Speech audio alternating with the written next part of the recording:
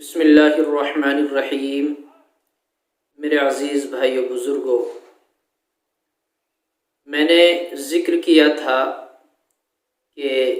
قسطوں پر سامان لینا، ادھار خرید و فروخت کرنا یا قرضہ لینا، کچھ اس میں ممنوعات بھی تھے، مکروہات بھی تھے، لیکن اسی کے ساتھ ساتھ بعض روایتیں اس کے خلاف ملتی ہیں۔ نبی کریم صلی اللہ علیہ وسلم تو یوں فرماتے ہیں کہ ادھار لینا، قرضہ لینا، گناہوں سے بچنا، اس کی تاکید فرمائی اور خود دعا فرماتے تھے۔ پوری وضاحت میں نے آپ کو دے دی۔ اب دوسری بات یہ ہوئی کہ بعض صحابہ نے اس کی روایتیں نقل کی ہیں، ان میں ایک حضرت میمونہ رضی اللہ تعالیٰ عنہا ہے کہ وہ ادھار ہی لیا کرتی تھی۔ ان کی عادت تھی ادھار لینا، قرضہ لینا۔ گھر والوں نے، رشتہ داروں نے ملامت کی تو یوں فرمایا کہ میں ادھار لینا نہیں چھوڑ سکتی، کیونکہ میں نے سنا نبی کریم صلی اللہ علیہ وسلم نے ارشاد فرمایا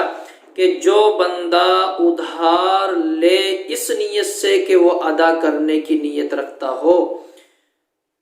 تو اللہ تبارک و تعالی دنیا میں ہی اس کی ادائیگی فرما دیتے ہیں۔ اس سے معلوم ہوا کہ حضرت میمونہ رضی اللہ تعالیٰ عنہا مالی اعتبار سے خوشحال ہونے کے باوجود ادھار کا معاملہ کرتی تھی اور اسے حدیث کے مطابق اللہ تبارک و تعالیٰ کی طرف سے مدد کا وسیلہ قرار دیا کرتی تھی۔ اب دوسری روایت اسی طرح حضرت عائشہ رضی اللہ عنہا کے بارے میں ہے۔ فرماتے ہیں انہا کانت تداین فقیل لہا، آخر تک روایت ہے، یہ سنن کبریٰ البیہقی میں موجود ہے، کتاب البیوع جلد نمبر 5 صفحہ نمبر 354، تو آپ تلاش کیجئے، اس میں موجود ہے۔ یہ لکھتے ہیں کہ وہ ادھار لیا کرتی تھی تو ان سے کہا گیا کہ آپ ادھار کیوں لیتی ہیں؟ ادائیگی کے باوجود آپ کے پاس اسباب بھی ہیں اور پھر ادھار لینے کی آپ کو نوبت ہی نہیں آتی، ضرورت ہی نہیں پڑتی۔ تو حضرت عائشہ فرماتی ہیں کہ میں نے رسول اللہ صلی اللہ علیہ وسلم کو یہ فرماتے ہوئے سنا، جس بندے کی بھی یہ نیت ہوتی ہے کہ وہ اپنا قرض ادا کرے تو اللہ تعالیٰ کی طرف سے اس کی مدد ہوتی ہے، اس کے لیے میں وہ مدد تلاش کرتی ہوں۔ ادھار لینے کا مقصد میرا کوئی بہترین کھانا پکانا نہیں ہے، بہترین کپڑے پہننا نہیں ہے،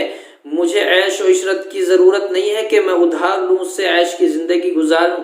فرماتی ہیں کہ میرا مقصد صرف یہ ہے کہ میں ادھار لوں، اللہ کی مدد آتی ہے اس بندے پر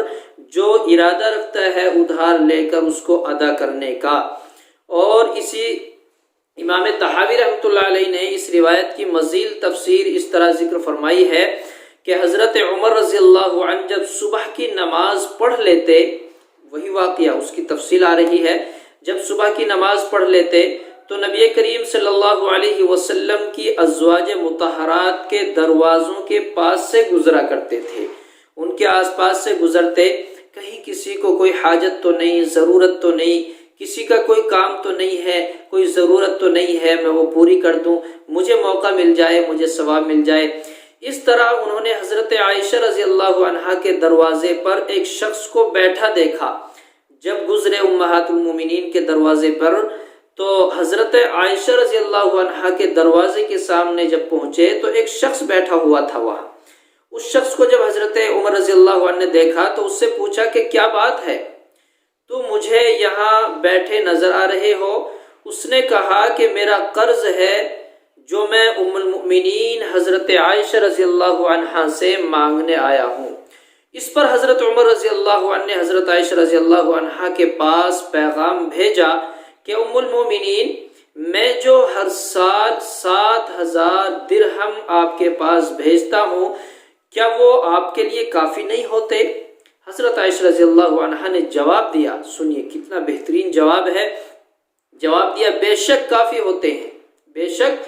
کافی ہوتے ہیں، لیکن ہم پر ان میں بہت سے حقوق ہیں، ان میں ہمارے اوپر بہت سے حقوق ہیں، اور میں نے نبی کریم صلی اللہ علیہ وسلم کو یہ فرماتے ہوئے سنا ہے کہ جو شخص بھی ایسا ادھار لے جس کی ادائیگی کا وہ ارادہ رکھتا ہو، دیکھیے ہر جگہ ایسا ادھار جس کی ادائیگی کا وہ ارادہ رکھتا ہو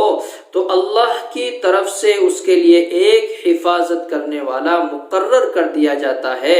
لہٰذا میں یہ پسند کرتی ہوں کہ اللہ تعالیٰ کی طرف سے ایک حفاظت کرنے والا میرے ساتھ بھی رہے، میرے لیے بھی اللہ کی طرف سے ایک حفاظت کرنے والا مقرر کر دیا جائے۔ ان احادیث اور آثار سے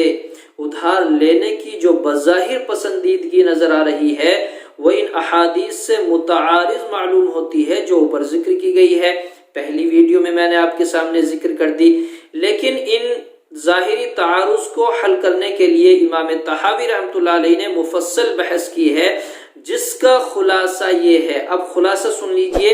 کہ پہلی ویڈیو میں وضاحت کی تھی ادھار نہ لینے کی، ادھار لینے کو ناپسند فرمایا میرے نبی نے، ادھار لینے سے پناہ مانگی میرے نبی نے، اور ان احادیث میں حضرت عائشہ حضرت میمونہ ادھار لیا کرتی تھی، عادت تھی، اور پھر دلیلیں بیان فرما رہی ہیں۔ تو حضرت طحاوی رحمۃ اللہ علیہ نے ان کا تعارض بیان فرما دیا ہے۔ خلاصہ یہ ہے کہ ناجائز اور مذموم ادھار وہ ہے، ناجائز غلط گناہ ادھار وہ ہے کہ جس میں انسان اس کی ادائیگی سے غافل ہو جائے، ادھار لے لیا، بھول گیا میں نے کس سے ادھار لیا تھا یا نہیں لیا تھا، اور غفلت میں پڑا رہنے کی وجہ سے وہ قرض اس پر سوار ہوتا چلا جائے، قرض بڑھتا چلا جائے، اس کے اوپر رہے، اور وہ قرض اتنا ہو جائے کہ اس سے ادھار لیا، اس سے ادھار لیا، اس سے ادھار لیا، بہت لمبا قرض ہو گیا، اور اس کا خوف اس پر مسلط ہو جائے، اس لیے منع فرمایا۔ اس لیے بچنا چاہیے ان باتوں سے۔ اگر ادھار لینے کی نیت وہ ہے جو حضرت عائشہ حضرت میمونہ کی تھی تو ثواب ہے، افضل ہے، حفاظت کرنے والا اللہ مقرر کر دیتا ہے اس کے لیے۔ اگر ادھار لے کر دینے کی نیت نہیں ہے یا غافل ہو گیا، غفلت میں پڑا رہا، تو یہ مذموم ہے۔ تو اس لیے ان دونوں حدیثوں میں تعارض بھی ہو گیا، تطبیق بھی ہو گئی، آپ کی سمجھ میں بھی آ گئی۔ یہ ویڈیو میں نے ادھار لینے کی فضیلت کے بارے میں ذکر کی ہے، اس سے پہلے میں نے ادھار نہ لینے کے بارے میں بتایا تھا، تو دونوں کی وضاحت آپ کے سامنے ذکر ہو گئی۔ اللہ تبارک و تعالی مجھے بھی آپ کو بھی صحیح سمجھ کی عمل کی توفیق عطا فرمائے۔